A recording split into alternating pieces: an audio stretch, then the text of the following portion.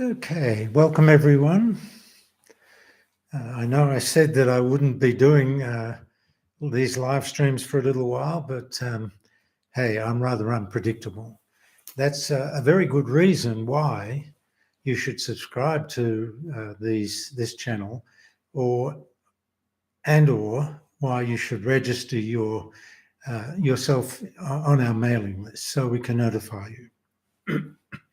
Some of you are probably, or in fact, all of you are probably unaware that last week I had COVID and I was in bed for about 5 days before that.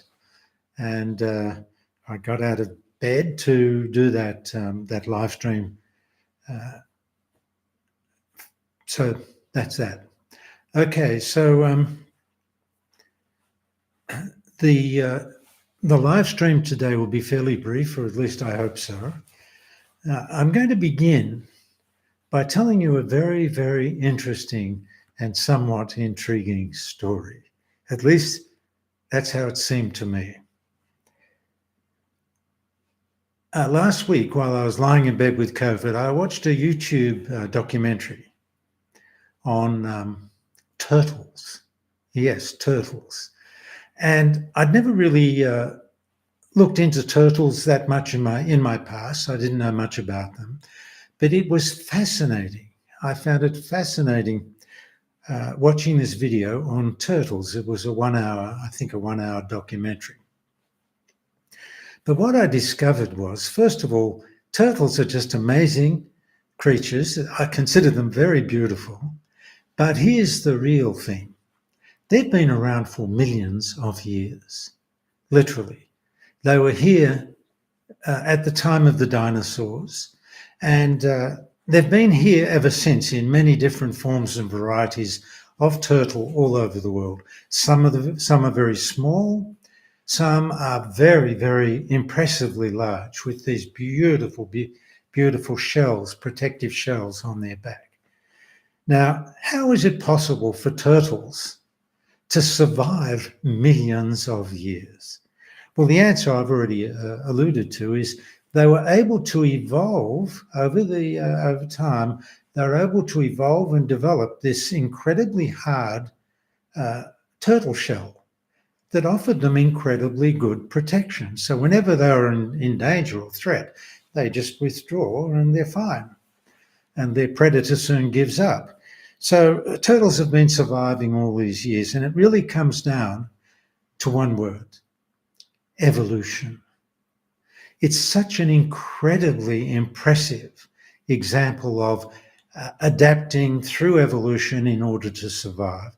And survived they have, although their survival is now under threat because of unconscious humanity. But we won't go too far into that right now. So this is a talk about evolution and survival. But now let's switch it up a little. Is it possible that humans are way, way, way overdue for the next stage of their evolution?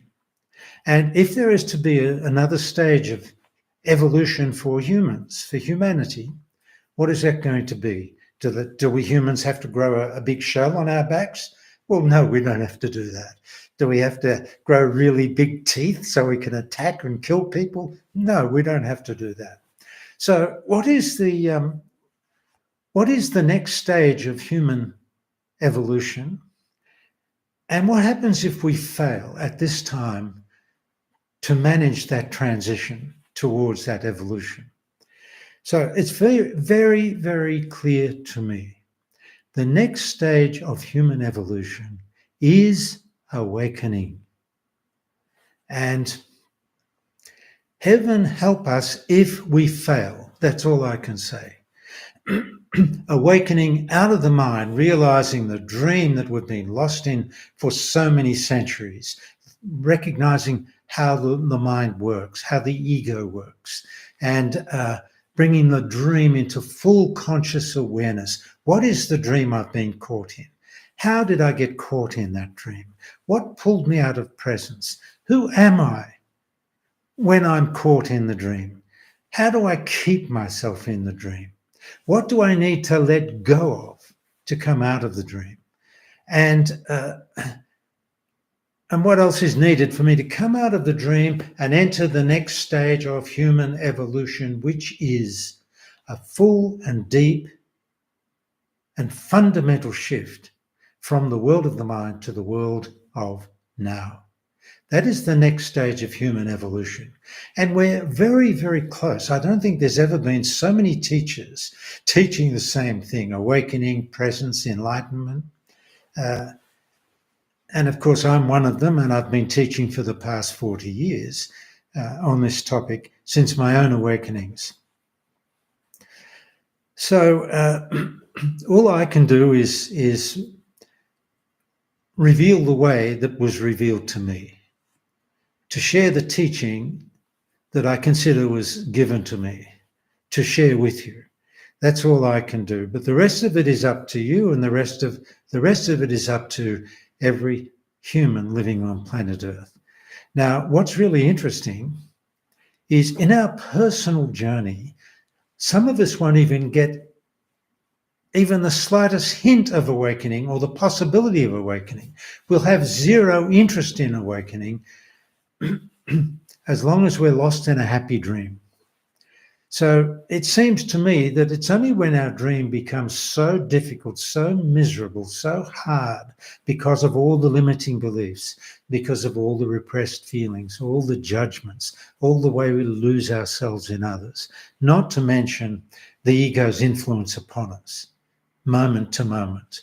So there's a lot there. And then from the dream into the world of now, that's the next stage of human evolution.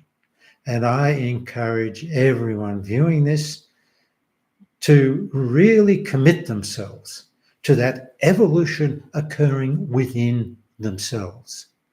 You know, how it works is going to be like this. Each one of us slowly and gently and gradually awakens, or suddenly awakens. We're all suddenly awakening and opening because we've done the work.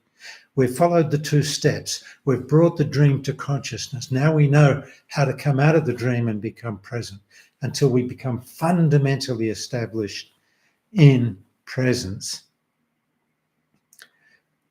So we go through that process individually. But here's the good news. If enough of us awaken in the way that I'm describing, then there'll be a collective awakening. When we reach a critical mass of awakened beings on planet Earth, suddenly everyone will awaken and they won't even remember that they were lost in a dream. Well, they may not, or they might remember, and it'll seem very strange. So that's the next stage of human evolution. Now, I have a few questions I'm going to answer. This one is from Christine from Fort Myers in Florida. Dear Leonard, a few live streams ago, being present with Leonard, you mentioned an anger meditation as a way of being with this emotion. Is there a place where I can access that? If not, could you walk me through it? Thank you so much for all your guidance. It has made a profound difference in my life.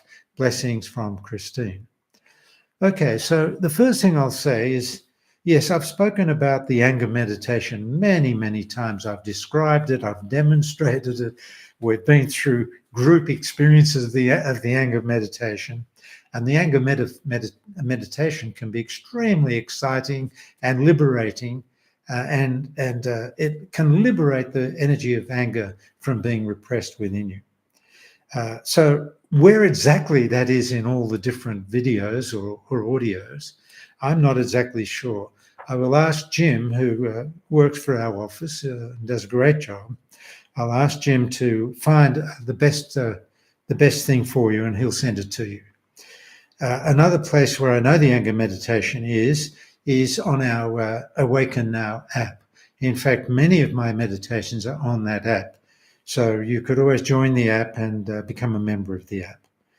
Okay, so you want me to guide you through it or walk you through it? I'll do it very briefly because we don't have time for the whole thing. But I'll say a few things about anger. And if you can get what I'm speaking of, if you can get it, it'll make a huge difference. First of all, you have to remember that anger is utterly and completely ridiculous. In fact, anger really wants to hurt, punish, torture, and kill anyone that hurt you, even the slightest hurt. Anger wants to strike back and hurt that person. And that doesn't go away. Once the feeling is repressed, that stays there. The problem is the person that hurt you 35 years ago. And you're still living with that feeling at an unconscious level that you want to strike back. And so you start striking back at everyone. Now, why do I say anger is ridiculous? The truth is, if you didn't say hello to me nicely when you joined this meeting, that could hurt my feelings, and then you die. That's anger. Now, because anger is so ridiculous and so violent and so absurd, we keep it repressed. You're not allowed to go around killing people, although some do. You're not allowed to go around killing people. You go to jail. So we learn to repress it. So what we have to do is go through a process. We have to learn how to allow the anger to express so that I'm present with the feeling of anger as it arises. I'm not disconnecting from it. I'm present with it. I'm experiencing it. I'm feeling it. And I'm letting anger tell its story. I'm even surprised by its story. But I'm letting anger be ridiculous. I'm helping it out. I'm being creative. Anger's been repressed for so long, it needs my help. It needs your help to allow it full and complete and ridiculous expression. Let it be all that it wants to be. If it wants to kill and maim and torture, do it. If you want to beat up someone with a stick, a baseball bat, if you want to cut off someone's head with a sword, if you want to throw someone into a pond full of crocodiles, no problem. It has to be silly. You have to help anger be silly. Take it over the top and be ridiculous. Now, here's the most important thing.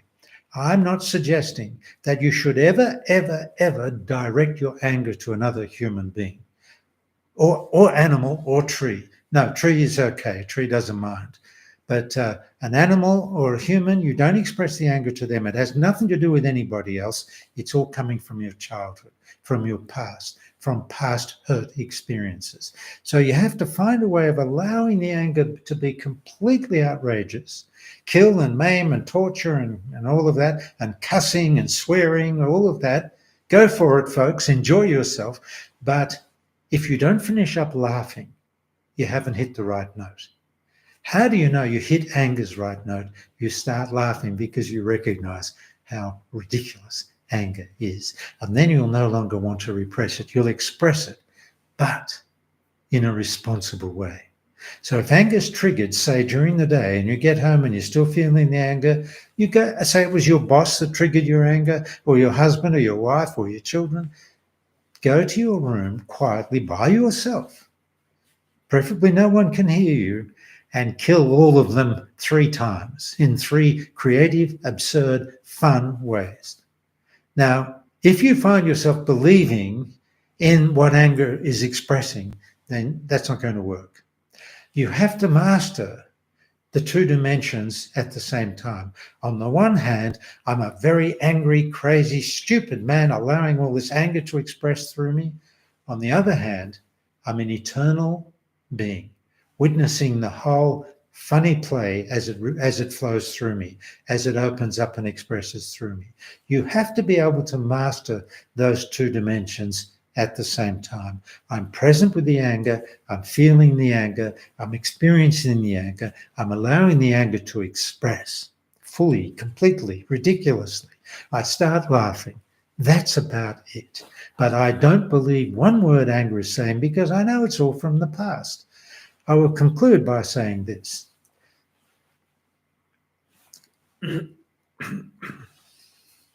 No one can make you angry, ever, unless you have anger repressed within you from the past. All that is ever happening is somebody saying or doing something that triggers the anger that's already there. No one can hurt you unless you have hurt feelings, painful feelings, repressed within you from your past. All that can happen is those feelings get triggered. So we need to recognize that at such a deep level, and we need to learn how to manage our feelings effectively, not dump them on each other, not abuse each other with our repressed feelings, not go into judgment, blame, none of that. Or you go into all of that, but playfully and consciously as the witness to anger as it plays its way, finds its way through you. So it's very important to liberate these repressed feelings. Okay, hopefully that's enough for you, Christine, for now. I will have Jim send you that video on anger, or tell you where it's located. Okay, the next question is from Ghazal from India. Hi, Leonard. First of all, lots of love to you. Well, love right back at you, Ghazal. Ghazal writes, when I am present, I don't feel like following a specific rule or following a routine. I feel like acting spontaneously according to what I feel. Instead of working out, my body feels like just taking a walk. I don't like to plan anymore. A little bit of planning makes me stressed. So I just act spontaneously, and it worked out good so far. But I have this fear that maybe I would not do much in my life and I'm lacking ambition. Can you please comment on this, sir? Love, Ghazal. Okay, so first of all, Ghazal,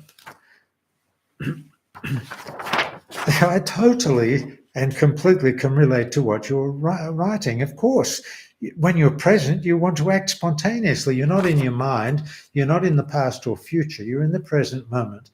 And the way you live an awakened life is basically responsively to whatever's happening in the present moment. It's incredibly simple. Oh, it just started to rain. I respond, I raise the umbrella. Or I get wet, it doesn't really matter. Oh, I'm feeling thirsty. Oh, let me go and get a drink. I'm responding to whatever's showing up within me in the moment. Oh, I hear beautiful, soft music. I feel like dancing. So I dance. Oh, I don't feel like going to the gym. I'm going to go for a walk instead. It's all spontaneous. That's how you live an awakened life. But I would add one thing, Ghazal, because of your history with me. You must always act with integrity and honesty. If you are not, or if you're any way being deceptive or dishonest in any aspect of your life, you will be kicked out of presence pretty quickly. I can tell you that much, because dishonesty and lack of integrity is out of alignment with presence. So whenever you're out of alignment with presence, out you go, back into the dream. And sometimes it's difficult to know when you're back in the dream, particularly if your ego becomes spiritual. The worst that can possibly happen for anyone is that the ego gets to a point where it believes it's enlightened. That's when you have to say, yes, yes, mirror, mirror on the wall, who is the most enlightened of them all? Me, me, me. Give the ego that and then relax. So, okay, now there is another aspect to this, Ghazal. You're not going to eliminate your humanness. And there are certain things you do have to go into the future to plan. If you want to plan going on a trip somewhere, of course you have to plan that. You can't just spontaneously say, I think I'm going to fly to America to visit Leonard. I don't think that kind of spontaneity works. So you have to be able to go into the mind and plan. You still are going to live within the world of time, just you don't get so lost in the dream. But you can live in the world of time without getting lost in the world of time. So you're just more lightly present. So you can move from light presence to very deep presence. At the deeper levels of presence, there's no time, there's no past or future. And so there's nothing to plan, you can't. So enjoy yourself, Ghazal. It sounds like you're on the right track. Absolutely. Okay, how long have we been going? 20 minutes. Okay, I'll answer this one very briefly. Where does a thought come from and where does it disappear into? Well, that's a pretty interesting question. I would say the majority of thoughts come from nowhere and nothing. They arise And if you don't get involved with them, they just dissolve. That's it. They don't touch you. They don't influence you. They don't affect you. They're not a part of you. You don't make them a part of you. And don't forget, thoughts can develop into limiting beliefs or any kind of belief, opinions, concepts, ideas. They're all forms of thought. So you can have all of them, just don't believe in any of them as being true, because they're not. So a thought that arises, it arises out of nothing and will dissolve into nothing unless, and this is key, unless you reject the thought, judge the thought, repress the thought, or unless you believe in the thought. If you repress, judge, or repress the thought, or you believe in the thought, congratulations, you just made that thought a part of you, and now it's going to affect you. And most of those thoughts can be extremely dysfunctional, based in the past, based in the limiting beliefs, the judgments, the repressed feelings. So that's the situation that the whole of humanity finds itself in. They've gotten involved and made those thoughts a part of who they are, and they're not. The truth is, in your true, fully awakened state, your mind is silent. And there's no need for thinking because there's no past or future. Now, I'm not going to say any more about it now, because I am referring to the very deepest level of awakened presence, which is no different than samadhi, satori, and peak experience all rolled into one. Okay, so finally, I'm going to read a comment by Roche from Switzerland.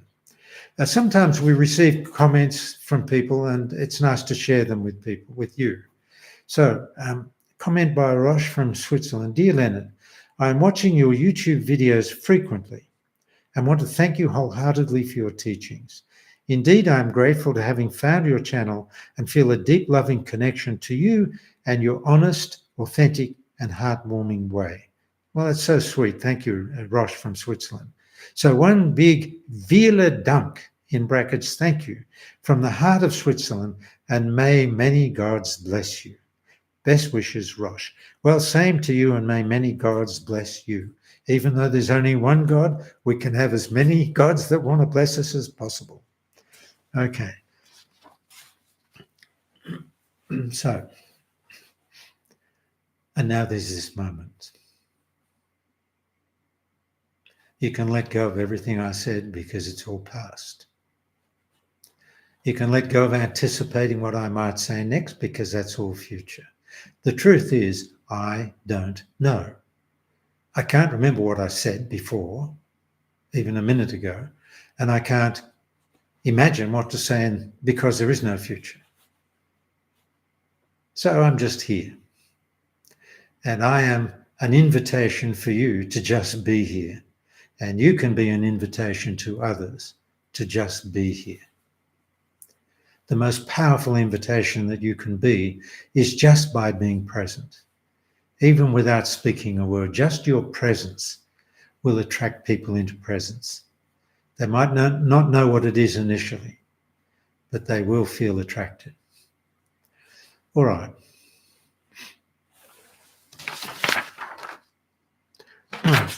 Well, that's pretty good. I've answered all my questions. Now, a few announcements. I made some last week, but they got cut off because they're terrible sound. And I'm just trusting the sound is good now. I don't see any complaints. Good. Okay, so I finally mastered the technical side of things. Although, yeah, last episode, I did have a legitimate excuse called COVID. Okay. So a few announcements. I will keep doing these live streams, but don't depend on it. I don't know. I can't predict the future. But if it's there and it's all set up, why not? Okay, so that's the first announcement. Number two, I do encourage people to go to my website and register on our email list. Also, if you don't read Journey into Now, there's something wrong with you. That's all I'll tell you. Because the whole teaching is set out in delicious detail in Journey into Now. It's kind of a beginner's book, but it's also the end. It's the end of the journey book. But the other three books, Words from Silence, Embracing the Present, Bridging Heaven and Earth, they're more for those who have experienced a very deep level of presence, because they really address those who are already somewhat, if not fully, awakened. But those three books, which I call the trilogy, they have the power to bring that, open up that within you. They have the power to touch the awakened dimension of who you are. They're long before you even are aware that that awakened dimension of you exists right now.